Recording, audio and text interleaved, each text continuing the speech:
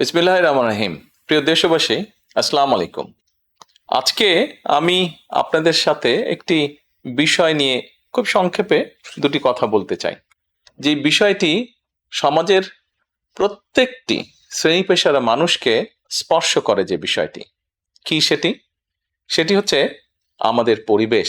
অর্থাৎ আমি, আপনি, আমরা সকলে যে পরিবেশটাতে থাকি সেই পরিবেশটি কেমন, আমার আশপাশটি কেমন।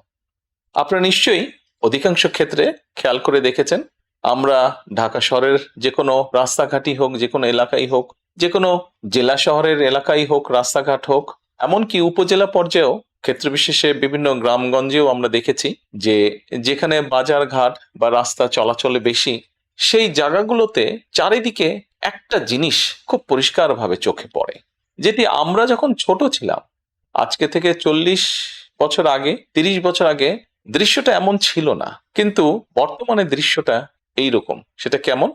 চারিদিকে আমার, আপনার, আমাদের ব্যবহার করা হাতের টিস্যু, অথবা আমার আপনার খাওয়া চিপসের প্যাকেট, অথবা বাসায় ব্যবহার করা রান্নার তেল, যে তার প্লাস্টিকের বোতলটি, অথবা আমি বা আপনি পানি পান করেছি প্লাস্টিকের বোতল থেকে, সেই বোতলটি, এরকম আরো অনেক ধরনের আবর্জনা যত্র তত্র সব জায়গায় ছড়িয়ে আছে। কোনো জায়গায় একটু বেশি জমা হয়ে আছে, অথবা যত্র তত্র লোকালয়ে চারিদিকে ছড়িয়ে আছে। চিন্তা করে দেখুন তো, আপনার ঘরে, যে ঘরটিতে আপনি থাকেন, যে বাসাটিতে আপনি থাকেন, যদি চারিদিকে এমন টিস্যু ছড়িয়ে থাকতো, যদি চারিদিকে এমন আবর্জনা ছড়িয়ে থাকতো, আপনার কাছে কি ভালো লাগতো দেখতে? নিশ্চয়ই না, আমাদের কারো কথাই ভালো লাগতো না। কবি তো সুন্দরভাবে লিখেছেন, সবুজ শস্য শ্যামলা আমার এই ভুবন। তো আসুন না, আমরা কেন আমাদের পরিবেশটাকে সুন্দর করতে পারবো না? বাংলাদেশের অধিকাংশ মানুষই পায়ে হেঁটে চলে, অথবা রিকশায় যায়, অথবা বাসে চলাচল করে। এই মানুষগুলো যখন রাস্তা পার হয়, বিভিন্ন জায়গায় যখন আবর্জনা জমে থাকে, ময়লা থাকে, এই মানুষগুলোর কিন্তু অনেক কষ্ট হয়, বিভিন্ন জায়গায় অনেক দুর্গন্ধ হয় এই আবর্জনা জমে থাকে। তবে আমরা যদি সকলে মিলে একটু সচেতন হই, আমরা যদি নিজেরা সচেতন হই, যত্রতত্র যদি আমাদের ব্যবহারকৃত আবর্জনাগুলো যদি যত্রতত্র আমরা না ফেলে দিই, আমরা যদি একটি নির্দিষ্ট জায়গায় এই আবর্জনাকে জমা করি এবং নির্দিষ্ট উপায়ে যদি এটাকে পরে ধ্বংস করি, তাহলে যেমন আমাদের পরিবেশটি ভালো থাকবে, ঠিক একইভাবে আমরা আমাদের পরিবেশটাকে সুন্দরভাবে রাখতে পারবো। দেখুন, অনেক জায়গায় আমি দেখেছি, গত কয়েক মাসে যখন আমি দেশের বিভিন্ন জায়গায় গিয়েছি, হয়তো কোনো একটি পুকুরের পাশ দিয়ে যাচ্ছি, দেখেছি পুকুরের ভিতরে বিভিন্ন রকম ময়লা স্তূপ হয়ে পড়ে আছে, অথবা পুকুর পাড়ে বিভিন্ন ময়লা স্তূপ হয়ে পড়ে আছে। অথচ একসময় কিন্তু এই পুকুর পাড়েই মানুষ বিকেলে বসতো, গল্প করত পরিবার পরিজন নিয়ে, কিন্তু এখন আবর্জনার জন্য সেটি সম্ভব হয় না। ঢাকা শহরেও বিভিন্ন পার্ক আছে, বিভিন্ন জেলা শহরেও বিভিন্ন পার্ক আছে।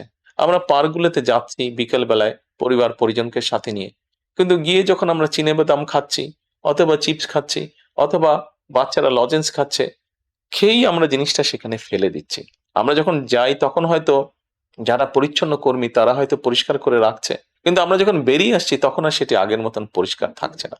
কিন্তু যদি যে পরিষ্কার থাকতো, আপনি যদি পরিষ্কার করে রেখে আসেন, আপনার পরবর্তীতে যে যাবে সেও সেই পরিচ্ছন্নতা, সুন্দর পরিবেশটি উপভোগ করতে পারবে। কাজে আসুন না, আমরা যদি আজকে থেকে প্রত্যেকে সচেতন হই, আমাদের হাতের আবর্জনা বা ব্যবহৃত আবর্জনা যদি নির্দিষ্ট জায়গায় সুন্দরভাবে আমরা গুছিয়ে ফেলি, তাহলে ধীরে ধীরে হয়তো আমরা আমাদের এই বাংলাদেশটাকে আবর্জনা মুক্ত করতে পারবো, সুন্দর একটি পরিবেশ গড়ে তুলতে পারবো।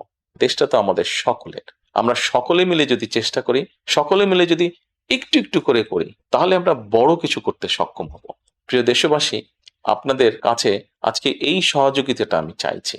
আমরা সকলে মিলে আসুন, চেষ্টা করি আমাদের দেশটিকে পরিষ্কার সুন্দর রাখতে। আমরা সকলে মিলে চেষ্টা করি আমাদের পরিবেশটিকে সুন্দর পরিষ্কার রাখতে, যা নিশ্চিত করবে আমাদের আগামী দিনের বংশধরদের জন্য একটি সুস্থ দেশ, সুস্থ পরিবেশ।